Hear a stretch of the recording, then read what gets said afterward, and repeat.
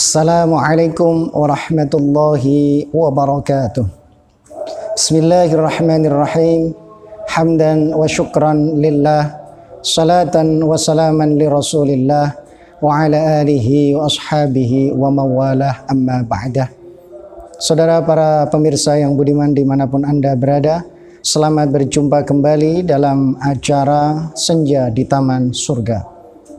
Dalam acara ini kami akan menyampaikan satu hadis Rasulullah sallallahu alaihi wasallam yang diriwayatkan oleh Abi Umamah Al-Bahili. Qala Rasulullah sallallahu alaihi wasallam, innallaha la yaqbalu minal amali illa ma kana lahu khalisan wa batughiya bihi wajhu. Rawahu An-Nasa'i. Sesungguhnya Allah tidak akan menerima suatu amal kecuali yang amal itu adalah ikhlas karena Allah dan semata-mata mencari ridha Allah. Hadis ini sahih diriwayatkan oleh Al-Imam An-Nasa'i.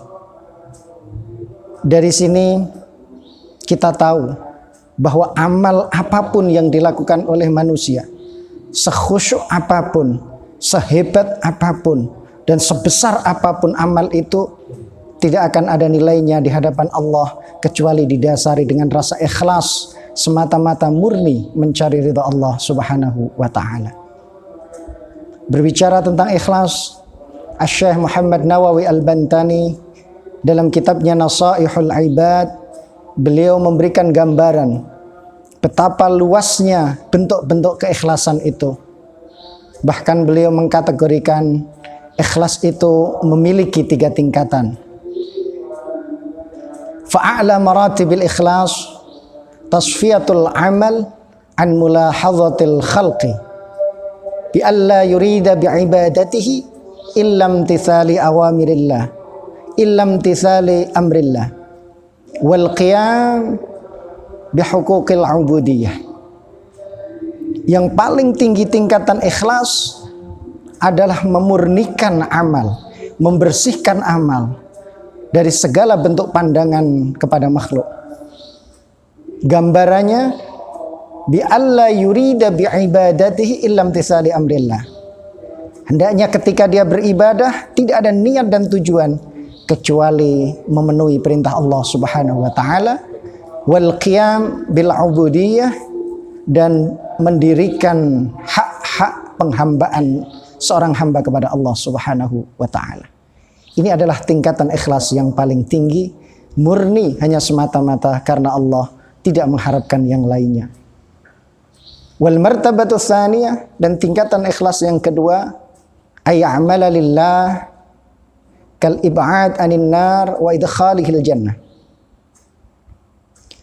Tingkatan ikhlas yang nomor 2 adalah hendaknya dia beramal, seseorang beramal karena Allah, akan tetapi masih ada harapan agar kelak diberikan bagian yang luar biasa di akhiratnya, bagian-bagian yang istimewa di akhirat, seperti dimasukkan ke surga, dijauhkan dari neraka. Kategori yang kedua ini termasuk orang yang ikhlas, akan tetapi tingkatan ikhlasnya ada pada tingkatan yang kedua. Lawal martabatus tsalisah, adapun tingkatan yang ketiga, ayya'mala lillah liyu'tiyahu hazzan dunyawiyan. Dia beramal karena Allah tapi mengharapkan agar diberikan bagian daripada bagian-bagian dunia, seperti diluaskan rezeki, dijauhkan dari musibah.